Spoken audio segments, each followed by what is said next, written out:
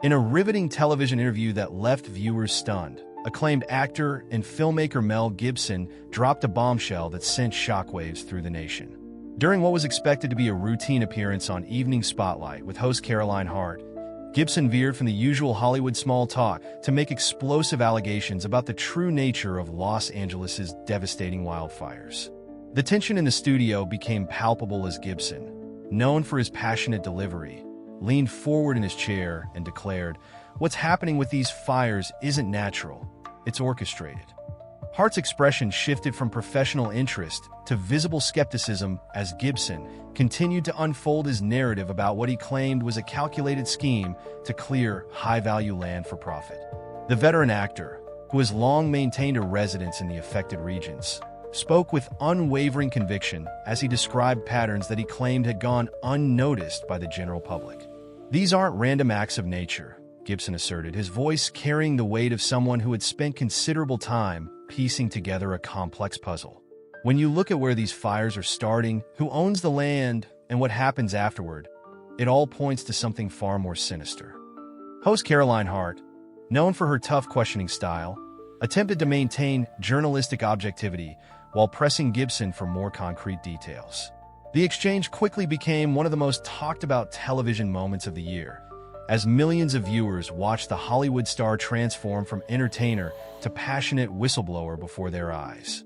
As Gibson delved deeper into his allegations, he began to outline a disturbing pattern that he claimed was far too consistent to be coincidental. With meticulous detail, he described how the wildfires predominantly targeted areas that had been subject to stalled development projects or contested land disputes.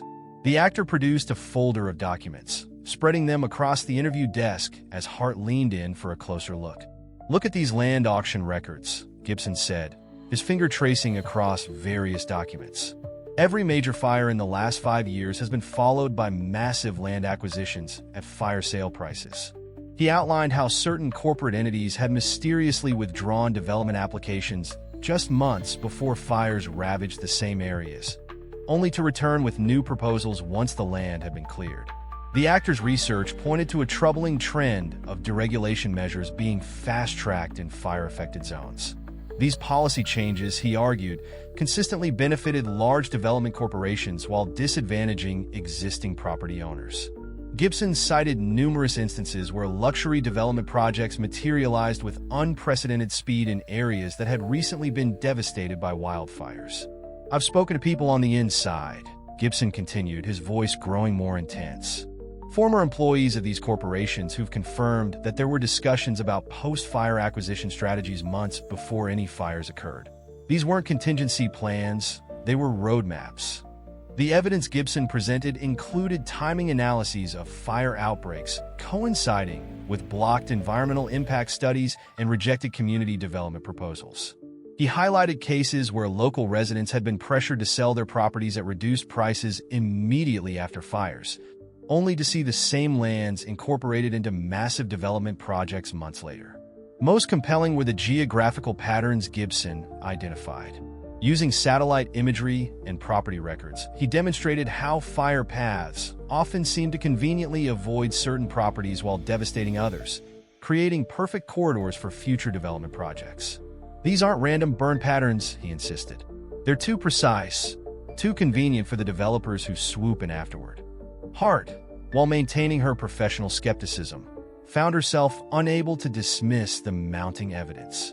The documentation Gibson provided painted a picture of systematic exploitation of natural disasters for corporate gain, with fires serving as the perfect cover for massive land grabs and development schemes. Gibson's investigation extended beyond mere land records and development patterns. He revealed a complex network of relationships between fire management officials, real estate developers, and corporate investors. The actor presented evidence of suspicious financial transactions occurring just days before major fire outbreaks, suggesting that certain parties had advanced knowledge of where and when disasters would strike. "What's truly disturbing," Gibson continued, pulling out additional documentation, "is the pattern of insurance claim denials in these areas. Homeowners with legitimate claims are being turned away, while corporate entities seem to navigate the system with remarkable ease." He He described instances where insurance companies had inexplicably raised premiums in specific areas just months before fires devastated those same locations. The actor's research also uncovered a troubling trend in emergency response patterns. Using detailed timeline analyses, Gibson demonstrated how certain areas experienced significant delays in firefighting responses, while others received immediate attention.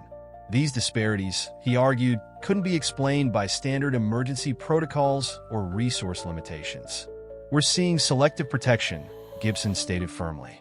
Areas slated for future development mysteriously receive faster response times, while communities marked for renewal are left vulnerable. He presented maps showing how fire breaks and containment efforts appeared to follow future development boundaries rather than logical firefighting strategies. The evidence extended to zoning changes and permit fast-tracking. Gibson revealed how areas affected by fires consistently underwent rapid rezoning processes, with environmental impact studies being waived under emergency provisions. These accelerated procedures, he argued, benefited specific developers who already had plans drawn up for the affected areas. The speed at which these projects move forward after a fire is telling, Gibson emphasized. You can't prepare detailed development plans overnight. These companies are ready because they know what's coming. He pointed to instances where construction permits were approved within weeks of fires being contained, a process that normally takes months or years. The actor's presentation included testimony from former land assessors who spoke of pressure to undervalue fire-damaged properties, creating opportunities for strategic buyers to acquire land at fraction of its true worth. These coordinated efforts, Gibson argued, were part of a larger scheme to reshape Los Angeles' landscape according to corporate interests rather than community needs. The revelations from Gibson's interview sparked an unprecedented wave of public outrage, as survivors of the wildfires began sharing their own experiences that seemed to validate the actor's claims. Teresa Martinez, a former resident of Canyon Ridge, became the face of the movement when her viral social media post detailed how developers had approached her with lowball offers for her burned property mere days after she lost her home. They knew exactly what they wanted to build there, Martinez wrote in her emotional testimony. They even had architectural renderings dated months before the fire. Her story resonated with thousands of other survivors who reported similar experiences, leading to the viral hashtag #WildfireTruth that dominated social media platforms for weeks. Daniel Reyes, a veteran firefighter with 20 years of service, broke ranks to support Gibson's allegations. In a powerful statement, he described witnessing unusual patterns in fire response protocols and receiving inexplicable orders to prioritize certain areas over others during critical operations. "In my 2 decades of service, I've never seen anything like it," Reyes declared. "We were sometimes pulled back from areas where we could have made a difference, only to watch them burn."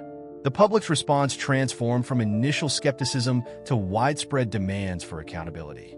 Grassroots organizations sprang up across Los Angeles County, with survivors and activists organizing protests outside corporate offices and government buildings.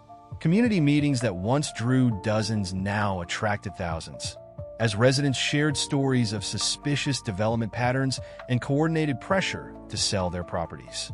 Local environmental groups began compiling databases of affected properties, creating detailed maps that showed striking correlations between fire patterns and subsequent development projects. These citizen-led investigations uncovered numerous instances where land cleared by fires had been quickly rezoned and developed, often bypassing normal environmental review processes.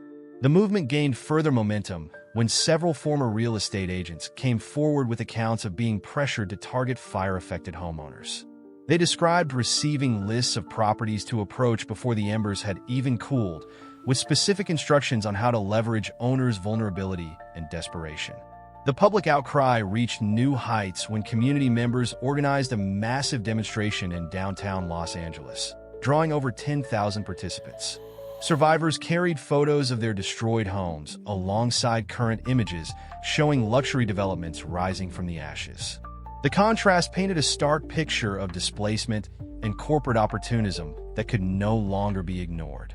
Social media played a crucial role in amplifying the movement, with survivors sharing their stories through powerful video testimonials. One particularly moving account came from elderly couple George and Martha Stevens, who had lived in their hillside home for over 4 decades before losing everything. Their video, showing them standing amid the ruins while developers' representatives hovered nearby with contracts in hand, became a powerful symbol of the community's struggle. The outrage spread beyond Los Angeles as similar patterns began emerging in other fire-prone regions across the state. Communities from Northern California to San Diego started reporting comparable experiences with aggressive post-fire development tactics. This broader perspective helped establish what many saw as a systematic approach to exploiting natural disasters for corporate gain. Local artists and filmmakers joined the cause, creating powerful documentaries and visual installations that captured the human cost of these alleged schemes.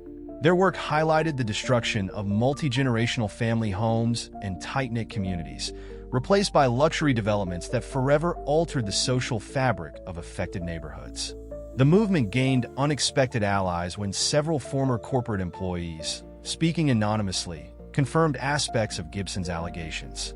They described attending meetings where executives discussed opportunity zones that eerily matched future fire patterns. These insider accounts lent credibility to the growing body of evidence, suggesting coordinated exploitation of fire-damaged areas. Religious leaders and community organizers joined forces to create support networks for affected residents, helping them resist pressure to sell their properties below market value. These groups also began documenting instances of intimidation and harassment reported by homeowners who refused to sell, creating a comprehensive record of corporate tactics used in the aftermath of fires. The public pressure led to increased media scrutiny, with investigative journalists beginning to dig deeper into property records, insurance claims, and development patterns. What started as one actor's controversial interview had evolved into a full-scale movement demanding transparency and justice for communities devastated by suspicious wildfire patterns. The movement gained explosive momentum when an anonymous insider, known only as Alex, leaked a cache of damaging internal emails and documents that appeared to confirm Gibson's most serious allegations. The leaked materials included detailed correspondence between corporate executives and various stakeholders, outlining what was termed a post-fire acquisition strategy months before the devastating wildfires occurred. Among the most damning evidence was a series of email threads discussing target zones that later became the epicenters of major fires. These communications included detailed maps, property valuations, and projected development timelines that predated the disasters. Particularly disturbing were messages discussing the potential clearance of certain areas and calculations of expected property devaluation following natural events. The leaked documents revealed systematic coordination between development corporations, certain government officials, and insurance companies. Meeting minutes showed discussions of fast-track permits being prepared before fires had even started, while other documents outlined strategies for approaching distressed property owners with pre-prepared offers. The evidence suggested a level of preparation that seemed impossible without foreknowledge of the impending disasters. Alex also provided recordings from closed-door meetings where executives openly discussed leveraging natural disasters for corporate expansion. In one particularly damning conversation, a senior executive could be heard saying, "These fires are opportunities we can't waste. Nature is doing our land clearing for us." The casual tone of these discussions shocked the public and led to immediate calls for criminal investigations. As the documents circulated through media channels and social networks, the public response was immediate and fierce. Protests erupted outside corporate headquarters, and major news outlets shifted their coverage from initial skepticism of Gibson's claims to serious investigation of corporate wrongdoing. The evidence was so compelling that several prominent journalists who had previously dismissed the allegations publicly apologized for their earlier stance.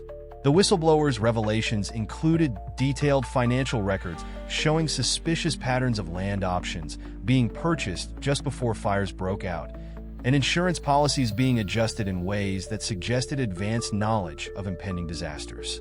These documents painted a picture of a sophisticated operation designed to capitalize on natural disasters while maintaining plausible deniability. The most disturbing aspects of the leaked materials were the casualness with which human suffering was discussed in corporate communications. Emails referred to displaced residents as obstacles and discussed strategies for leveraging their emotional distress to secure quick property sales. These revelations transformed public opinion, turning what had been seen as conspiracy theories into credible allegations of corporate malfeasance. The leaked documents also revealed an intricate network of shell companies used to obscure the true ownership of properties targeted for acquisition. These entities, often registered in offshore jurisdictions, were used to purchase land at deflated post-fire prices before transferring ownership to major development corporations. The complex paper trail suggested a deliberate attempt to hide the connection between the disasters and subsequent development plans. Legal experts analyzing the whistleblowers' materials identified potential violations of multiple state and federal laws, including environmental regulations, antitrust provisions, and disaster profiteering statutes. The evidence suggested that corporate interests had not only exploited natural disasters, but may have actively contributed to conditions that made fires more likely and more devastating. The documents included detailed analyses of weather patterns and fire behavior, suggesting that corporations had access to sophisticated modeling tools that helped predict where fires would be most destructive. This information appeared to influence both land acquisition strategies and the timing of development proposals. Environmental scientists reviewing the materials noted that some of the predicted fire patterns seemed unnaturally precise in their targeting of specific properties. Perhaps most damaging were the communications revealing coordinated efforts to influence local zoning boards and planning committees.